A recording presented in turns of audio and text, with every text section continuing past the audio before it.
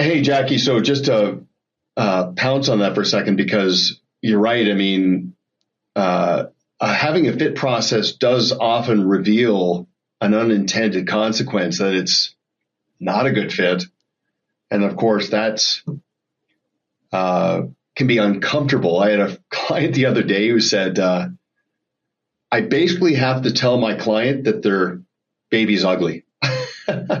He was just kidding, but he was saying, like, I don't want their son as a client. He's just not there. He's not enlightened. And I said, you have to take the high road and make yourself available, position it properly with your client, but give that kid, for lack of a better term, the benefit of the doubt, because they've been put into a trance based on the velocity of noise, especially that issue regarding fees and trivializing the value of a financial advisor, because that kid only thinks you manage money. They don't have the proportion around the fact that you manage a client experience and you have a process to manage, every piece of the puzzle with your process. So just play the long game, be respectful. And then, of course, there's the conversation about bringing on a protege who can help work with people who are not necessarily a good fit. But yeah, it's very interesting about the diplomacy, but sticking to the person's protocol and not deviating. But I wanted to ask you this because you mentioned digital first, like the millennials. There's a group of people that they've grown up with iPads and smartphones. That's what they know, and their access to information and content is just surreal.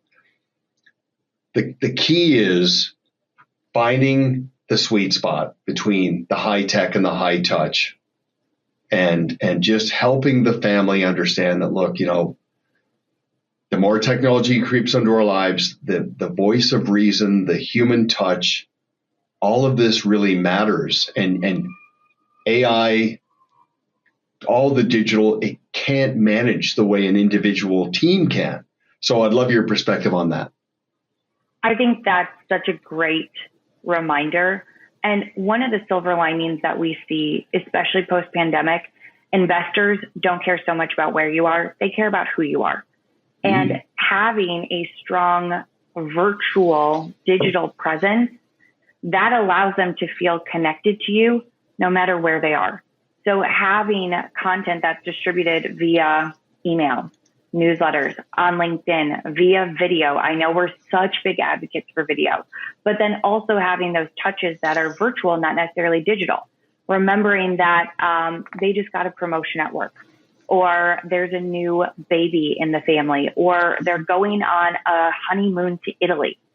There are all these things that you can use that you don't have to be next to them to deliver an amazing experience, but it shows them how well you know them.